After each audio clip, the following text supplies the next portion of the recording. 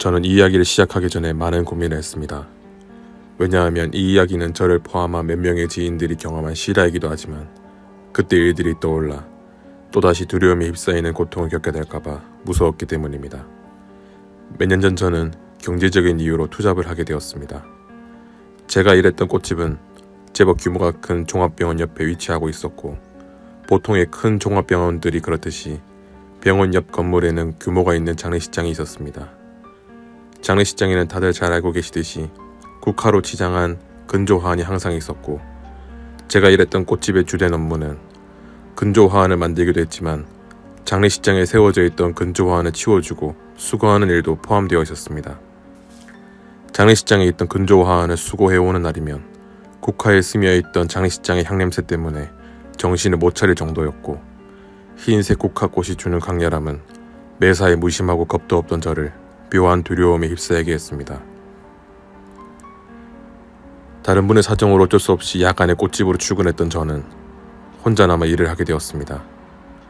처음에는 배달한 느낌 없이 TV 소리를 들으며 커피 한 잔을 옆에 두고 혼자서 조용하게 일하는 것이 무섭기는커녕 편안한 느낌마저 들었습니다. 일에 집중하느라 시간 가는 줄 몰랐던 저는 순간 누군가 휙 지나가는 느낌이 들어 같이 일하는 분들 중 누군가가 오신 줄 알고 대수롭지 않게 여기고 계속 일을 하고 있었습니다. 그때 또 누군가 제 옆을 휙 지나가길래 무심하게 옆을 보고는 순간 머리끝이 쭈뼛 서는 느낌이 들 만큼 오싹함을 느끼고 말았습니다.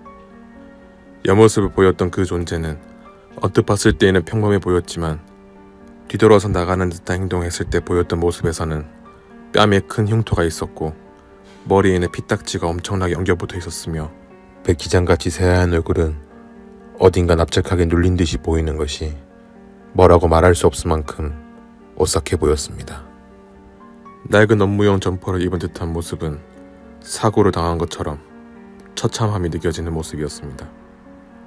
다음날 극심한 공포를 체험한 저는 같이 일하는 동료 몇 분에게 꼬치꼬치 물어보게 되었고 소름 끼치는 이야기들을 듣게 되었습니다. 제가 일했던 그 꽃집은 반지하에 위치했고 햇빛이 잘 들어오지 않아 늘 어두컴컴하며 서늘한 온도 때문에 한여름에도 시원함을 느낄 만큼 음기가 강한 곳이었습니다. 그래서인지 가끔 혼자 있을 땐 선뜩한 느낌이 들 때가 많아 혼자서 일하는 걸 두려워하는 직원분들도 있었다고 합니다. 그럼에도 일의 특징상 자주 잔업을 할 수밖에 없었고, 특히나 근조화환을 수거해서 오는 날이면 잔업은 필수인 상황이었습니다. 하지만 언제부터인가 이상한 존재를 목격하는 분들이 많아지기 시작했고 하나둘씩 그만두는 분들이 속출했으며, 어느 날은 동네에서 무속일을 하는 무당분이 오셔서 이 동네에 귀신이 왜 이렇게 많냐 했더니 여기에 다 모여있네 하시며 길길이 난리를 치셨다고 합니다. 정말로 근조화환의 죽은 영혼이 깃들어서 따라오는 것인지 그 존재들의 모습은 제가 본 것처럼 사고를 당한 처참한 모습이기도 했다가 어린아이의 모습이기도 했다가 할머니의 모습이기도 했다가 젊은 여자의 모습이기도 했다고 합니다. 그 중에서도 가장 무서운 모습은 단연코 젊은 여자의 모습이었는데, 다른 존재들은 휙 나타났다 어느새 사라지곤 했지만 그 젊은 여자의 존재는 오래도록 직원분들을 많이 괴롭혔다고 합니다. 일하다 무심코 바라보면 근조화환 사이에 숨어 가만히 한쪽 눈으로 노려보고 있기도 하였고, 너무 차가운 느낌에 뒤돌아보면 소리도 없이 서 있어서 기절한 분도 있다고 합니다.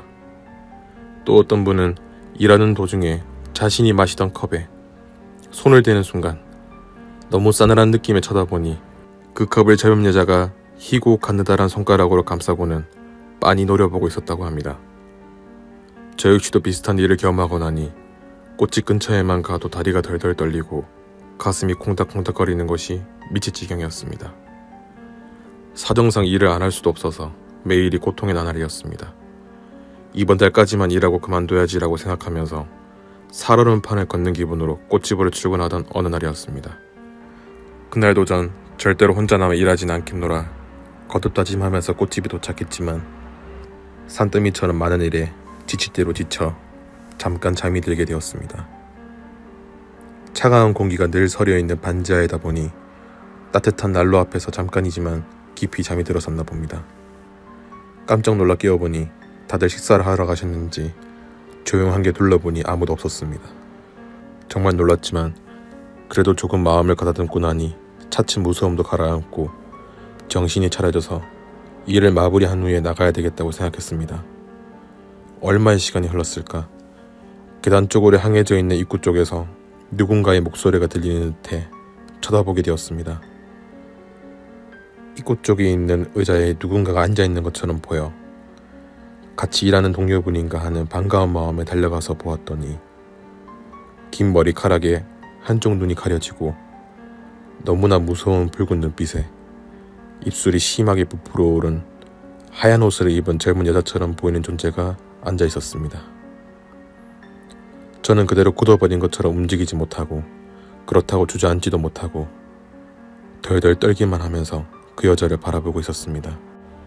어떻게든 벗어나고자 하는 간절한 마음으로 뻣뻣하게 장작처럼 굳어져 버린 몸을 억지로 움직이고는 뒤도 돌아보지 않고 계단으로 뛰어가 두세 번인가 넘어져가며 1층에 간신히 도착해서 몇 번이나 망설이다 겨우 뒤돌아보았습니다. 아무도 없겠지라며 바라본 순간 심장이 미친 듯이 펌프질을 시작했습니다. 그 젊은 여자가 너무나 무서운 모습으로 꽃집의 현관문 앞에서 빤히 저를 올려다보고 있었기 때문입니다. 결국 저는 그 길로 꽃집을 그만두게 되었고 꽤 오랜 날들이 지난 후 그 꽃집에 다시 한번 가게 되었습니다. 제가 그만둔 뒤에도 비슷한 일들이 계속 반복되어 당시에 같이 일했던 직원분들은 거의 그만두셨고 낯선 몇 명의 직원분들만 남아있었습니다. 저는 조금 걱정스러운 마음에 혼자 남아 잔업은 절대 하지 마시라고 그렇게 말하고는 남아있던 저의 소지품만 챙겨 그곳을 빠져나왔습니다. 그 일이 있은 후에도 몇 년 동안은 너무 힘들었습니다.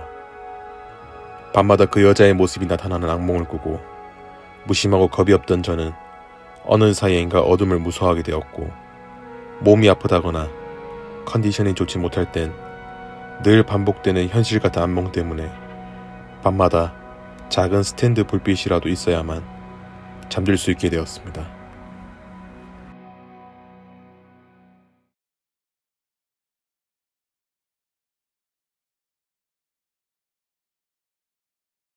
해마다 여름이 되면 저희 가족은 경주의 봉길해수욕장으로 여행을 가곤 했습니다.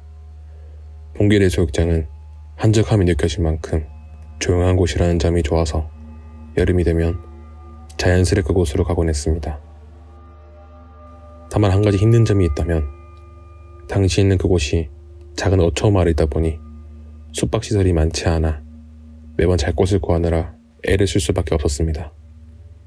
때문에 그 일이 일어난 그 해에도 역시나 저녁이 되기 전까지 잘 곳을 구하기 위해 이리저리 알아보던 중 한 무리 사람들이 지나가며 하는 얘기를 듣게 되었습니다.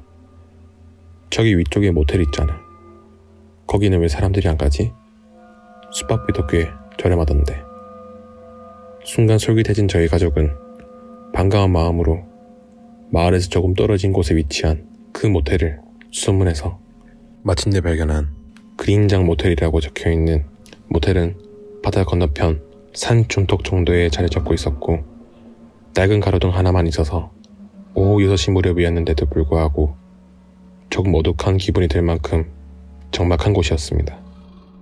모텔은 3층 정도의 나지막한 건물이었고 검은색 승용차 한 대만 덩그렇게 현관 쪽에 세워져 있었습니다.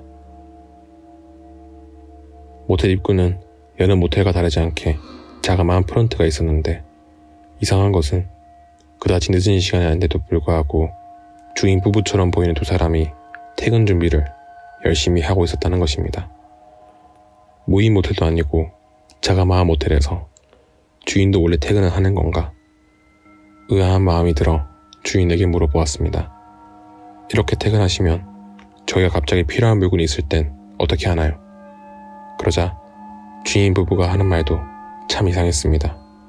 손님, 걱정 마시고 필요한 물품 있으시면 다 꺼내서 사용하시면 됩니다. 혹시나 새벽에 밖이 좀 시끄러워도 도둑은 아니니까 신경 쓰실 필요가 전혀 없습니다. 저희는 내일 아침 9시에 오니까 그때 결제하시면 되고요. 아무리 생각해도 뭔가 이상했지만 달리 잘 곳을 찾기도 힘들고 저렴한 숙박비에 주변이 조용한 산속의 모텔이라는 점이 마음에 들어 그냥 그곳에서 밤을 보내기로 했습니다. 그때부터 기이한 일은 시작됐습니다. 저희는 2층 복도 중간에 있는 방에 머무르게 되었고 짐을 푼 뒤 간단한 먹을거리를 꺼내 가족끼리 재미있는 시간을 보낼 준비를 하고 있던 그때 아이가 저기 건너편에도 우리 말고 사람이 있다고 말했습니다. 창문을 바라보니 정말 아주머니 한 분이 건너편 건물 옥상에서 빨래를 널고 있었습니다. 우리만 있는 건 아니구나. 근데 이 건물 말고 다른 건물이 있었나? 잠깐 의문이 들었지만 저희는 다시 TV를 보면서 이런저런 얘기를 하며 시간을 보내고 있었습니다. 그때 무심코 고개를 돌려 창밖을 봤을 때 좀 전에 보았던 그 아주머니께서 우리를 내려다보며 슥 지나가는 것이었습니다. 저뿐만 아니라 가족들 모두 그 아주머니와 눈이 마주쳤고 너무나 무심하게 그 아주머니는 저희 모두를 쓱 곁눈질하고는 아무 일 없다는 듯이 지나가는 것이었습니다. 그때 아이가 말했습니다. 엄마, 우리 2층 아니야? 근데 아까 그 아줌마 창문을 어떻게 지나갔어? 순간 너무 기가 막혀 모두 입을 다문 채 서로 바라보고만 있었습니다. 걱정하지 마. 아마도 바깥쪽으로 작은 베란다처럼 걸어갈 수 있는 공간이 있겠지. 섬뜩한 기분이 들었지만 그래도 에이 아무 일도 아닐 거야 라고 고개를 가로젓고는 이부자리를 깔고 아이들과 웃기는 이야기를 하며 시간을 보내게 되었습니다.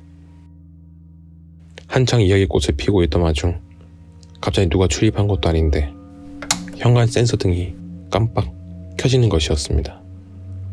다들 놀라 뭐야 센서등이 고장났나? 라고 말하며 우습기도 하고 뭔가 무섭기도 했지만 오늘 무서운 분위기 잡힌다며 즐거워했습니다. 그런데 그때부터 센서등은 드나드는 사람이 없음에도 계속 켜졌다 꺼지고를 반복하며 저희를 괴롭혔고 욕실에서 샤워를 할 때는 건너편 방에 사람들이 많이 온 것처럼 캐리어 끄는 소리, 아이들 웃는 소리, 문 닫는 소리, 복도를 뛰어다니는 소리 등이 들려 도대체 얼마나 많은 사람들이 온 거야 라며 문을 열어보니 아무 일도 없다는 듯이 너무나 조용한 복도에 비로소 두려움이 들기 시작했습니다.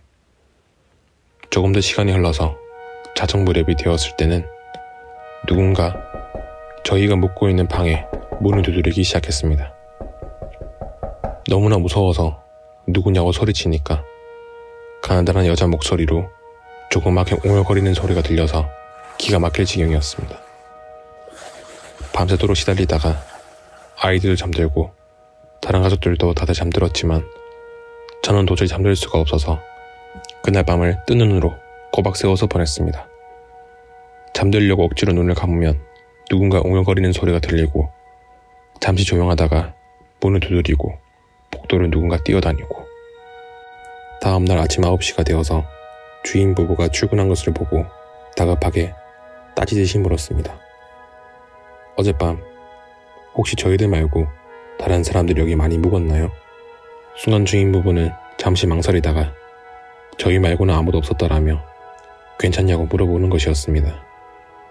너무 기가 막혔던 저희는 어젯밤에 있었던 일들을 대충 이야기했더니 잠시 묵묵하게 듣고 있던 주인 부부 중 남자분이 힘들게 얘기를 시작했습니다. 자신들도 모텔을 인수한 지 3년이 채 되지 않았고 처음에는 몰랐지만 기괴한 일들이 너무 많이 생겨서 도저히 밤에는 있을 수 없게 되어 출퇴근을 하게 되었으며 소문이 조금씩 퍼지다 보니 점점 고객들도 줄어들어 힘든 상황이라고 했습니다. 자신들도 억울한 마음에 주소문하여 몇 가지 사실을 알게 되었는데 원래는 모텔 건물 옆에 큰 식당이 있었고 처음에는 영업이 잘 되어 사람들도 많이 왕래하고 북적이는 곳이었지만 어찌된 영문인지 큰 화재가 발생해서 식당 건물은 거의 남아있지 않게 되었고 적지 않은 사상자가 발생해서 결국은 그 근방이 폐가가 되다시피 했다고 합니다. 그때부터인지는 잘 모르지만 새로 인수하는 사람들이 채 1, 2년을 견디지 못하고 나가게 되었고 자신들도 지금은 두렵고 무서워 너무 힘든 상황이라고 말했습니다. 결국 저희 가족은 귀신이 나오는 모텔에서 소름 끼치는 하룻밤을 보내고 무사히 살아서 나온 셈이니 기가 찰 노릇이었습니다. 모텔을 빠져나오면서 근처를 찬찬히 살펴보니 모텔 옆에는 거의 타담한 부서진 폐가처럼 보이는 건물이 조금 남아있었고 모텔 건너편에는 식당에서 주로 사용되는 집기들이 엉망진창인 채로 수북이 쌓여져 있는 모습에 소름이 끼칠 지경이었습니다. 그렇다면 어젯밤에 저희 가족이 보았던 빨래를 널던 모습은 도대체 어찌된 연문인지 이해가 되지 않았습니다. 저희 가정이 묵었던 방은 2층이었는데 그 창가를 그 아주머니는 어떻게 지나갔을까요? 밤새 문을 두드린 그 여자는 또 누구였단 말인지 도저히 이해 못할 질문들만 잔뜩 내새기며 저희 가족들은 그곳을 뒤로하고 집으로 돌아오게 되었습니다. 그 후 한동안 친척들이 모이면 너무 이상한 체험을 한 그때 이야기를 주로 하게 되었고 이야기를 전해들은 친척 중 몇 명은 그곳에 가서 경험하고자 했지만 그 모텔은 이미 허물어지고 공사 중이었다며 아쉬워하기도 했습니다.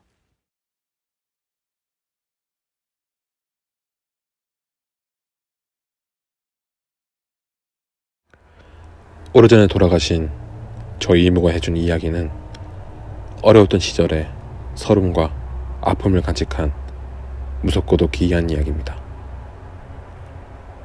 1970년대에 가난했던 그 당시 저희 이모는 군인이셨던 이모부를 따라서 전국을 돌아다니며 5이나 되는 아이들을 키우셨습니다. 대구에 잠시 머물다가 광주로 이사를 가서는 정말 고생을 많이 하셨다고 합니다. 아는 사람 한 명 없는 낯선 곳이었고 5이나 되는 아이들과 생활할 수 있는 공간을 구하기가 쉽지 않아 고생을 하는 중에 부동산 중개를 하는 분이 어렵게 말을 꺼냈습니다.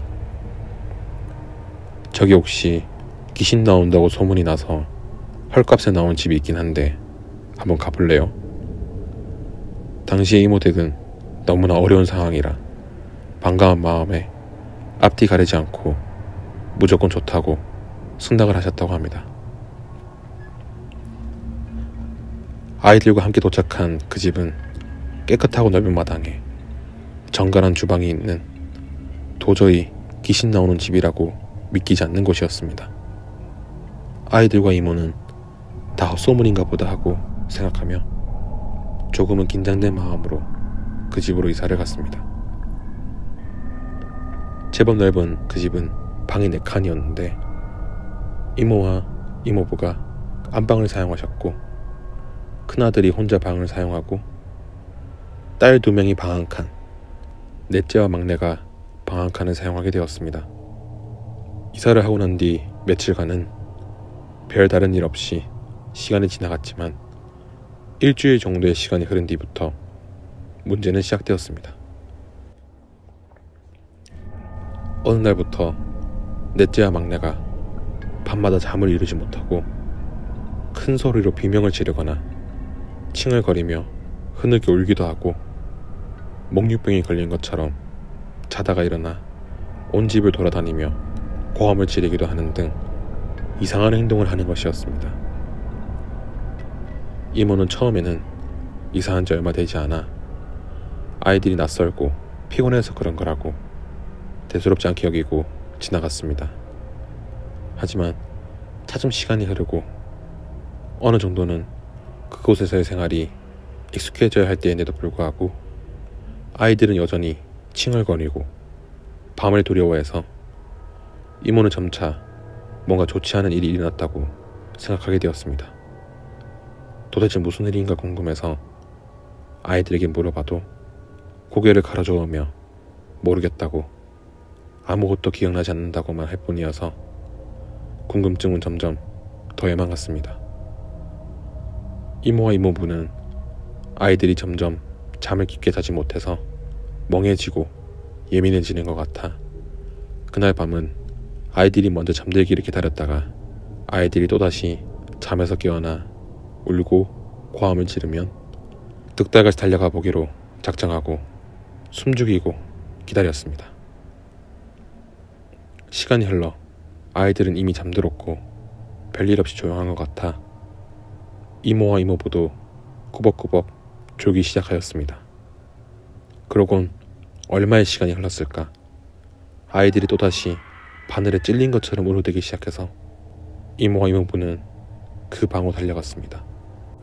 눈앞에 펼쳐진 그 광경은 너무나 기이해서 말문이 막힐 지경이었습니다. 달빛이 환하게 비치는 방 한가운데에 너무나 무서운 모습의 한 여자가 있었습니다. 긴 머리카락은 뒤엉켜서 엉망진창이었고 너무나 하얗고 무서운 기괴한 얼굴로 누워있는 아이들의 코앞까지 얼굴을 들이밀며 내려다보고 있었습니다. 이상한 기척에 깨어난 아이들은 그 모습에 너무 놀라서 칭얼거리고 울기 시작하였습니다. 그 기괴한 모습에 이모는 말이 안 나올 만큼 무섭고 두려웠지만 아이들이 너무 걱정되어 커다랗게 고함을 치며 달려들었다고 합니다. 그제야 그 여자도 이모의 고함 소리를 들었는지 천천히 고개를 들고 이모를 쳐다보는데 그 여자의 두 눈에서 검붉은 피가 뚝뚝 흐르는 것이 정말 너무나도 무서웠다고 합니다. 그날 밤은 그렇게 정신없이 지나갔지만 이모는 계속 그 집에서 살 수 있을지 걱정이 되어 이곳저곳을 수소문하기도 하고 부동산 중개인에게 다시 문의도 했지만 속 시원한 말을 들을 수가 없었습니다. 결국 이모는 아이들을 안방에서 잠들게 하고 이모 혼자 그 여자가 나오는 방에서 잠들기로 했습니다. 담력이 세고 겁이 없는 대찬 여장부였던 이모였지만 그 여자가 나오는 방에서 잠든다는 건 온몸이 저릴 만큼 무섭고 두려운 일이었습니다. 자정이 지나고 새벽 1~2시가 되었을 무렵 배다른 일 없이 조용하게 지나가는 것 같아 이모도 눈꺼풀이 스르르 감기는 것이 자신도 모르게 살짝 잠이 들었습니다. 그때였습니다. 잠결에 누군가 방 안으로 슥 들어오는 것 같아 깜짝 놀라서 바라보니 두 눈에 검붉은 눈물이 범벅이 되어 끔찍하고 기괴한 모습의 그 여자가 이모를 바라보고 있었습니다. 공포감에 정신을 놓을 만큼 두려웠지만 이모는 이를 악물고 그 여자를 바라보았습니다. 흰 소복을 입고 달빛이 은은히 비치는 방 한가운데에서 마치 흐느끼는 것처럼 웅얼거리더니 목을 매는 것처럼 행동을 하는 것이었습니다. 그제야 이모는 정신이 번쩍 들었습니다. 저 여자는 이 방에서 스스로 죽은 여자가 분명해. 너무나도 끔찍하고 무서웠지만 날이 밝기를 기다렸다가 부동산 중개인에게 따지듯이 물어보니 저는 살았던 그 집 며느리가 아이를 낳지 못한다는 이유로 시어머니와 가족들에게 서름을 겪다가 그 방에서 결국 스스로 생을 마감하고 말았는데 어찌된 영문인지 아이가 있는 가족이 이사를 오면 그렇게 무서운 모습으로 사람들을 공포에 떨게 만든다고 했습니다.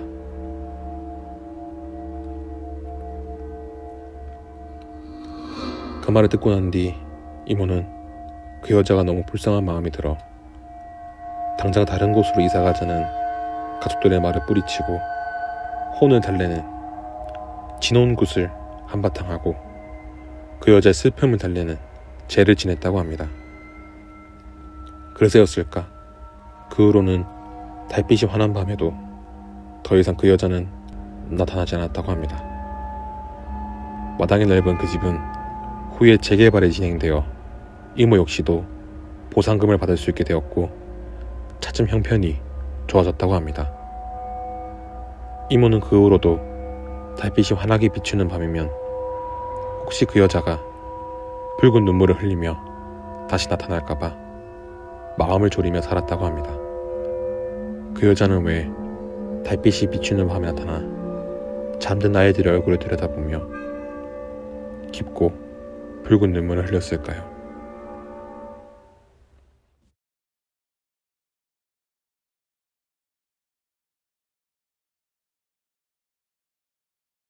해마다 이맘때면 불현듯이 연락을 해오는 친구가 있습니다. 늘 창백하고 무기력해 보이는 친구였지만 그 일을 회상할 때면 두 눈을 무섭게 부릅뜨고 치를 뜨는 모습은 기괴함을 넘어선 오싹함 그 자체였습니다. 벌써 오래전의 이야기입니다.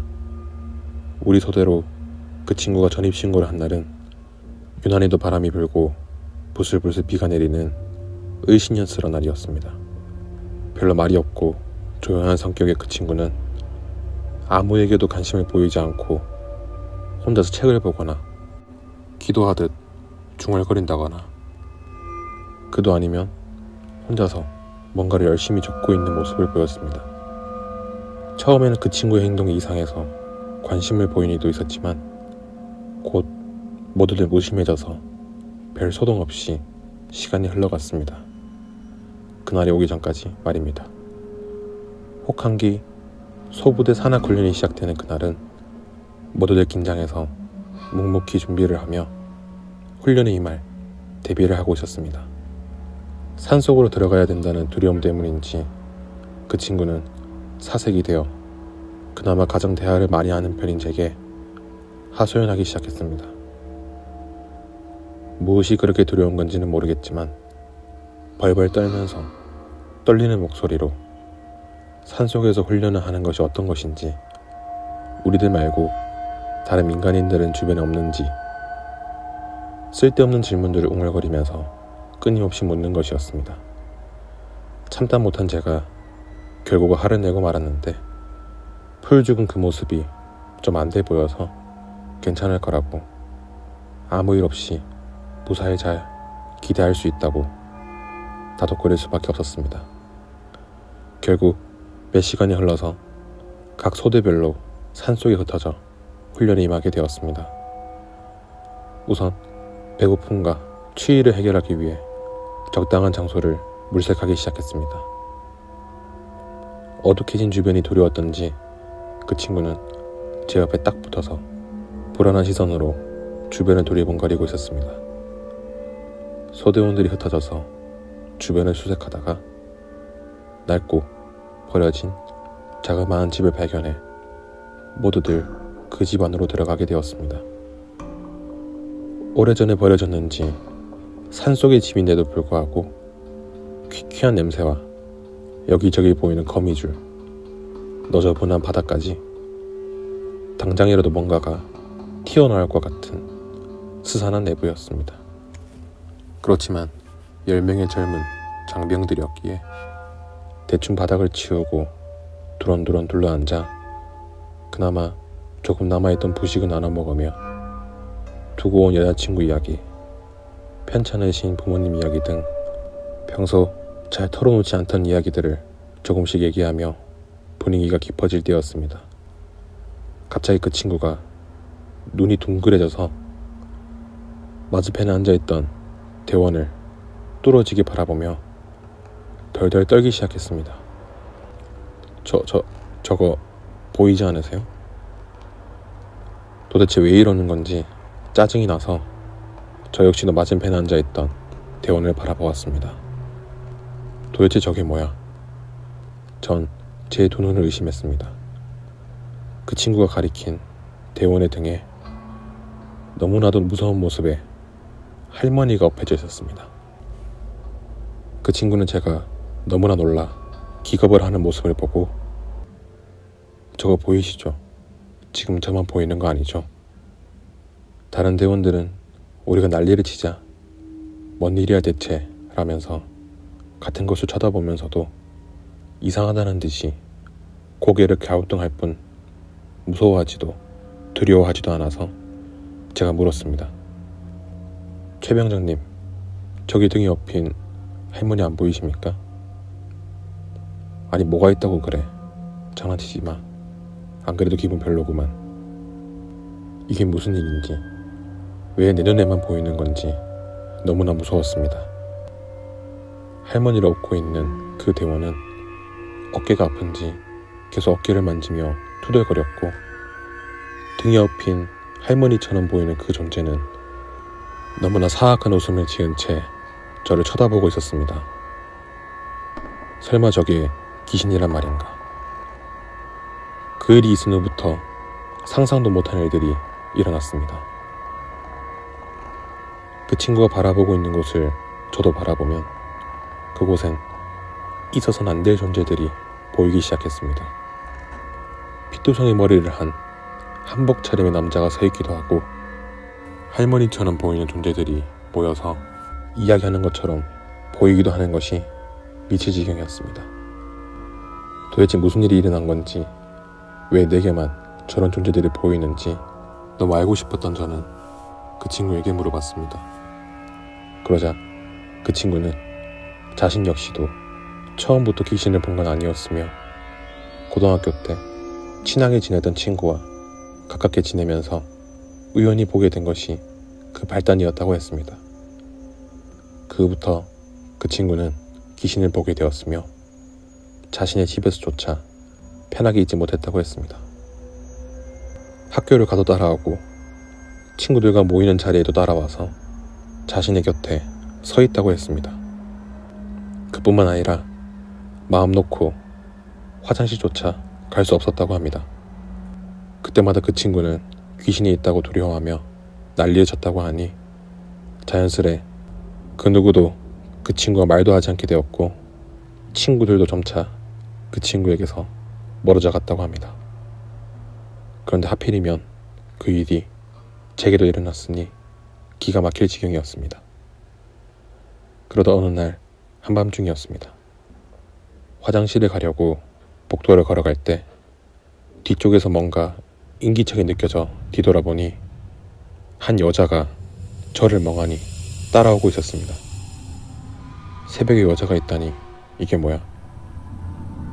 너무 놀라서 보니 여자의 얼굴이 뭔가 이상했습니다. 흰색 원피스를 입고 있던 그 여자는 검은 눈동자에 입이 귀 밑까지 찢어져 뭐라고 옹알거리고 있었습니다. 너무 놀란 저는 우습게도 그 후의 상황은 기억이 나진 않습니다. 아마 너무 놀라 정신이 잃었기 때문일 겁니다.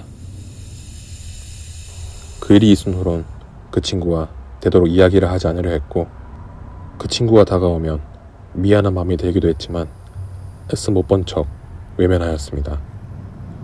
그래서였을까요? 차츰 이상한 존재들은 보이지 않게 되었고, 저는 무사히 제대를 하고 다시 학교에 복학해서 무난한 시간을 보내게 되었습니다.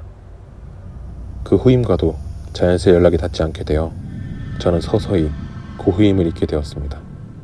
그 일이 다시 있기 전까진 말입니다. 저는 학교를 졸업하고 대구에서 회사 생활을 시작하게 되었습니다. 그날은 회사의 선배 한 분을 차에 태우고 같이 업무를 보러 나갔다가 선배는 먼저 퇴근을 해서 저 혼자만 차를 타고 조금은 낯선 동네를 운전하게 되었습니다. 이미 저녁 무렵이 다 되어 주위는 점점 어두워지고, 낯선 곳이어서 그런지 그 말은 나와야 하는데도 불구하고 빠져나오는 길을 찾지 못해 애를 먹고 있었습니다.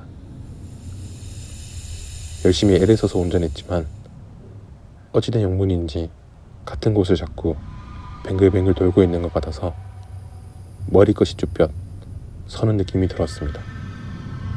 마음을 가다듬고 다시 운전을 하려고 하는 순간 백미러에 보이는 모습에 기겁을 하고 말았습니다. 머리가 배판의 할머니가 이상한 한복을 입고 허리가 구부러진 모습으로 웃으며 저를 바라보고 있었습니다. 그 모습은 어디선가 본 듯한, 절대 잊을 수 없는, 군대에서 서대원의 등 옆에 있었던 그 귀신의 모습이었습니다. 아니야, 아닐 거야. 정신 차리자. 마음속으로 소리치며 고개를 가로젓고는 운전을 하려고 어쩔 수 없이 백미러를 다시 바라봤을 때였습니다. 그 귀신이 바로 옆 운전석 창가에 와서는 너 내가 보이지? 라는 것이었습니다. 머릿속이 하얘진 저는 고함을 치며 누구라도 좋으니 살려달라고 미친 듯이 기도를 했습니다. 얼마의 시간이 지났을까? 누군가 창을 두드려서 너무 무서웠지만 억지로 바라보니 아저씨 한 분이 도대체 무슨 일이 있길래 아까부터 계속 왔다 갔다 하면서 먼지만 일으키고 난리를 치냐 라며 걱정스럽게 말씀을 하셔서 비로소 정신을 차리고 그곳을 나올 수 있게 되었습니다. 도대체 왜 또다시 이런 일이 반복되는지 알 수가 없어 너무나도 두려웠습니다.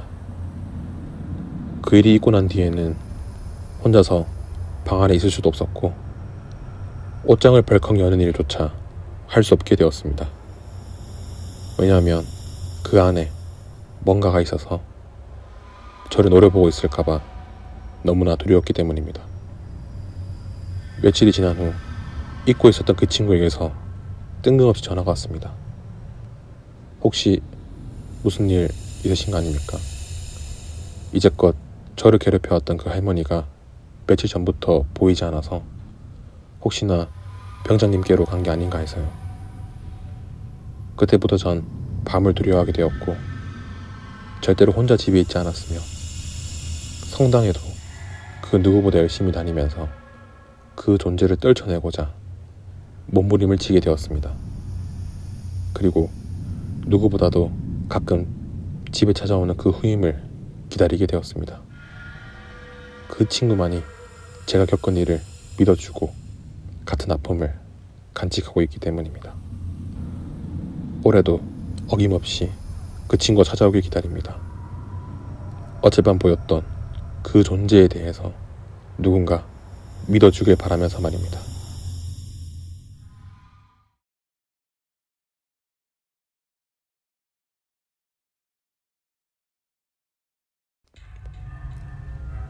유난히도 사이가 좋았던 그녀를 떠나보낸 그날은 봄꽃이 흩날리던 봄날이었습니다. 그래서일까요? 끝내 떠나가지 못했던 그녀의 망호는 오래도록 저를 괴롭히며 맴돌았습니다.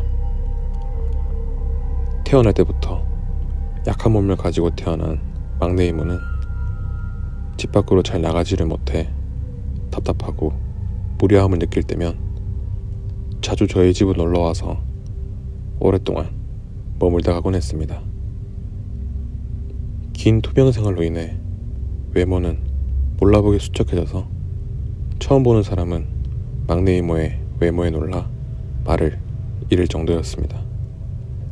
학교에서 돌아오면 저는 늘 이모와 함께 책을 보거나 간식을 먹으며 이모의 심심함을 달래주곤 했습니다.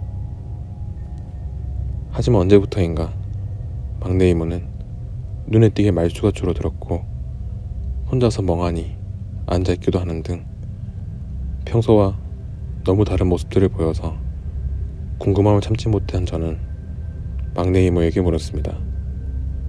이모, 도대체 왜 그래? 어디 아픈 거야? 그럴 때면 이모는 싱긋 웃기만 할 뿐 별 말을 하지 않았습니다. 하지만 얼마 지나지 않아 이모가 왜 그렇게 힘들어했는지 그 이유를 알게 되었습니다. 어느 날 학교에서 돌아오던 저는 옆집의 문이 열려있기에 슬쩍 안을 보게 되었습니다. 그곳에는 이모 또래의 젊은 남자가 있었고 그 남자와 저는 눈이 마주치게 되었습니다.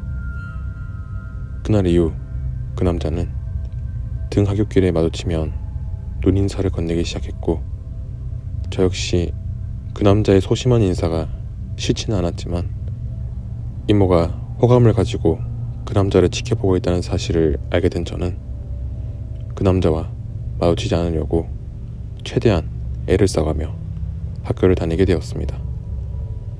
그러는 동안 이모의 마음은 점점 깊어지게 되었고, 저는 대학생이 되어 그 남자와 이모의 일은 까마득히 잊고 대학생을 하느라 바쁜 나날들을 보내고 있었습니다.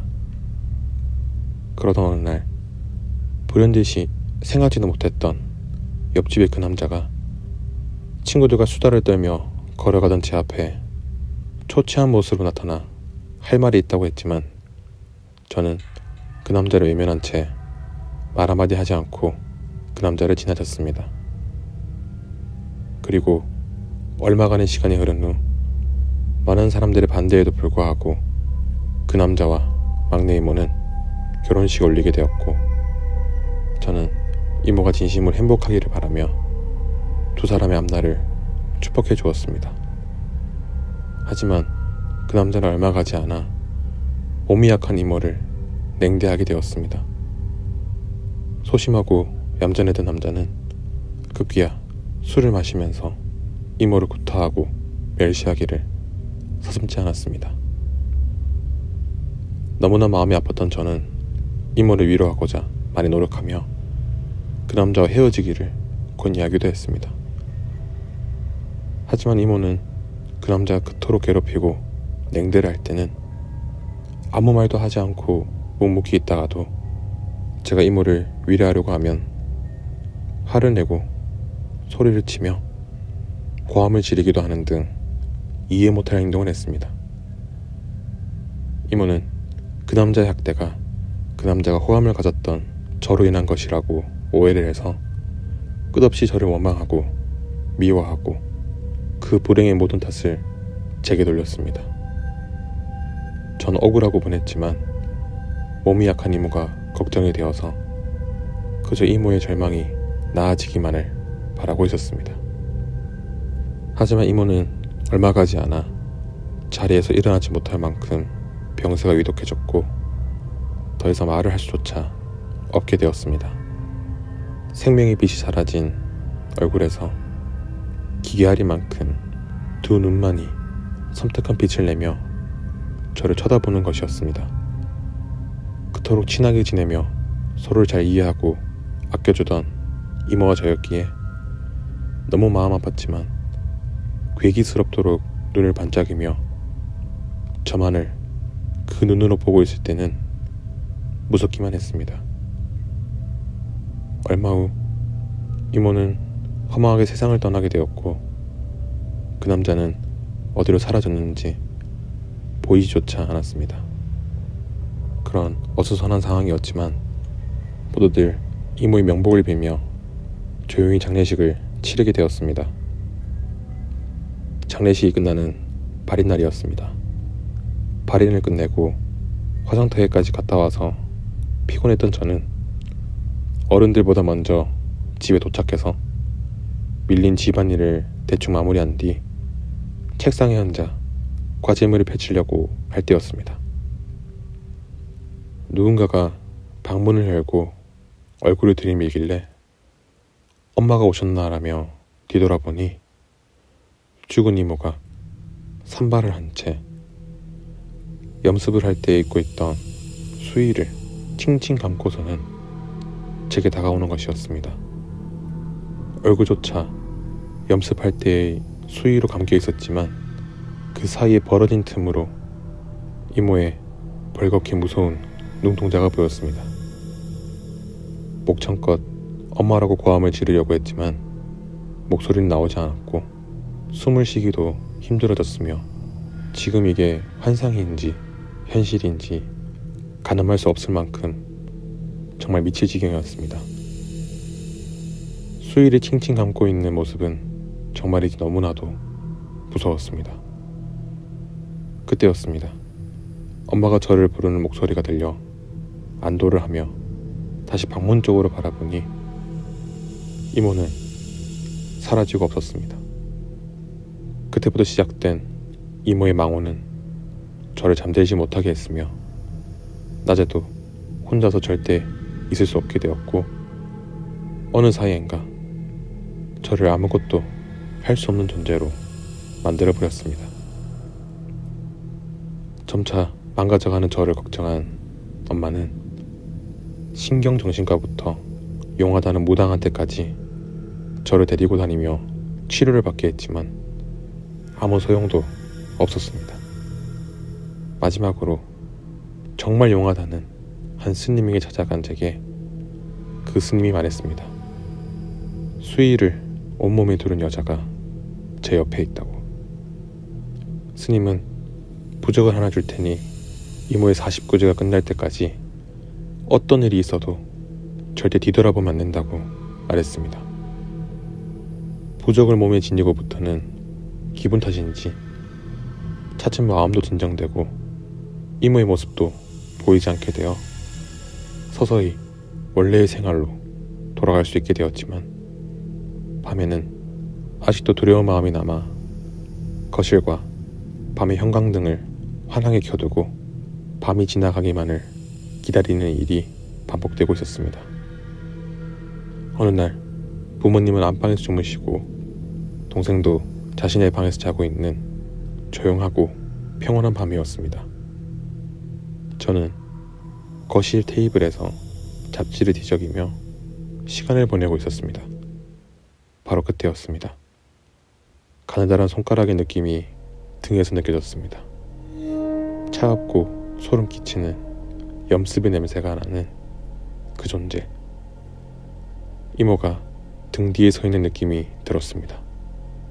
극도의 공포감을 느낀 저는 부모님을 큰 소리로 부르려고 했지만 목소리가 나오지 않았고 가늘고 차가운 그 손가락은 점점 더 깊이 등을 파고들며 기괴하고 이상한 소리로 중얼거렸습니다. 너